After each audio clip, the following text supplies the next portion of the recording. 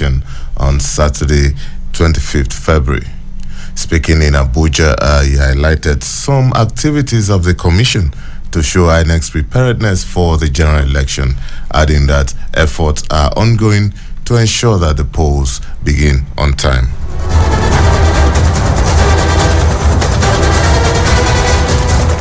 The small amount of cash that we have requested from the Central Bank of Nigeria is right now being released to the Commission's offices nationwide. We are convinced that our joint operations before and on election day will vastly reduce the prospect of voter inducement, which is not only illegal but actually immoral. The ban on the use of mobile phones and photographic devices at the voting cubicles is still in force. Our arrangement of placing the ballot boxes near the voting cubicles and away from the party agents remains. Several of our facilities were attacked by unknown assailants in various parts of the country. I am pleased that we have fully recovered from these attacks, and we have been further assured that our facilities, staff, voters, observers, the media and citizens will be safe.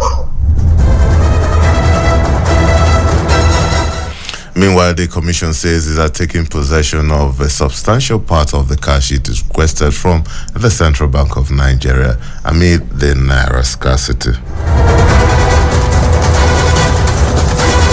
The small amount of cash that we have requested from the Central Bank of Nigeria is right now being released to the Commission's offices nationwide. In fact, a substantial part of it has already been received by our office nationwide, and this has greatly facilitated the movement of sensitive materials yesterday from the branches of the Central Bank to our local government areas. And by tomorrow, we'll batch them and then move them on Friday to the registration area centers.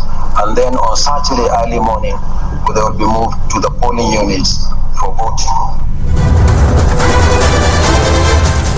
Meanwhile, the commission says that a total of 87 million permanent voter cards have been collected across the country.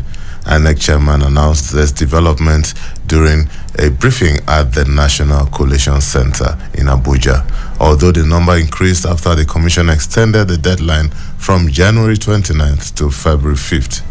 He noted that the current voter register has over 90 million voters, but stated that the commission will continue to clean it up with technology going forward. The Inspector General of Police has ordered the restriction of vehicular movements across Nigeria ahead of the 2023 general elections. He explained that the move became necessary so as to ensure a secure environment for the 2023 election and the management of law and order.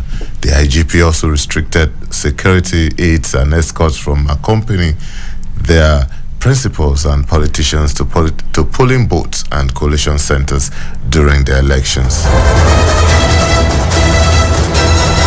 Environment or atmosphere for Nigerians to exercise their pride.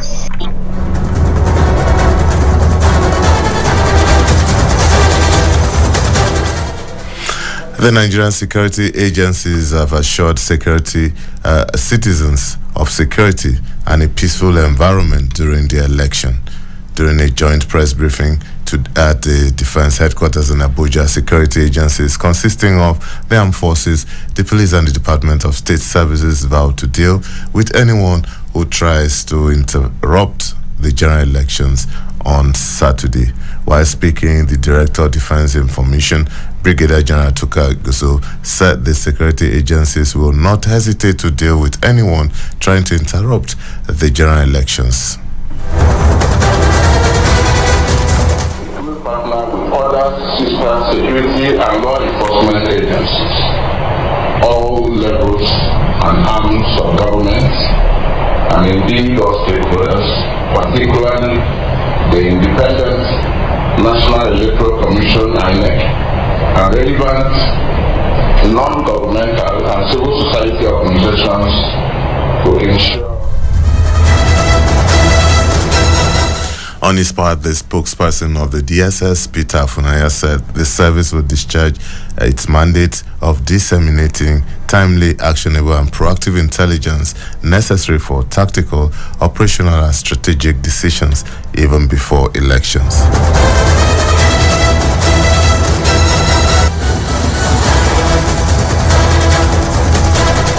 Agencies, military, and those that are members of ISIS, Interagency Consultative Committee on Election Security, will be those that partake in this election security management. The message is clear enough. As I speak with you, we have more than 100 courtship.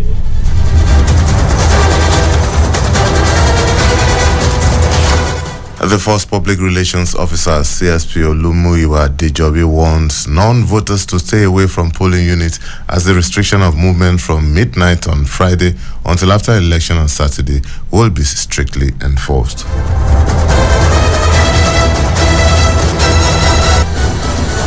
The military and those that are members of ISIS, Interagency Consultative Committee on Election Security, will be those that partake in this election security management. The message is clear enough.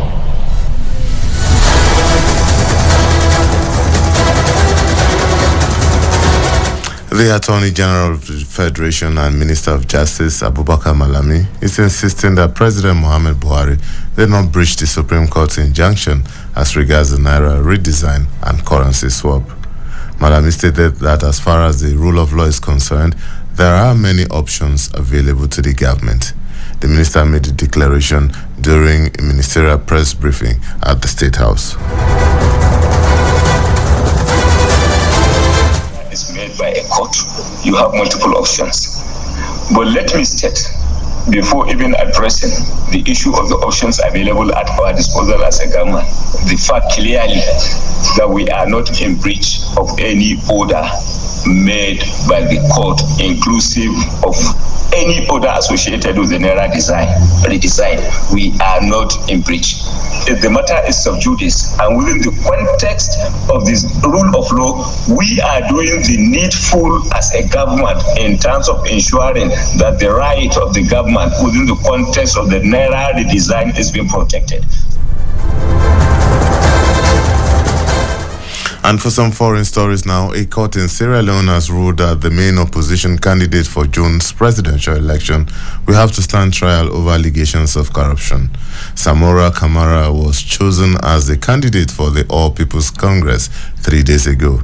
He has denied any wrongdoing and says the case is politically motivated.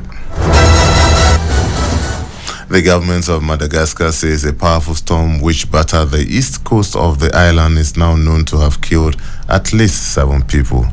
Cyclone Freddy brought torrential rain and strong winds tearing roofs off houses. The authorities say nearly 80,000 people have been affected by the floods.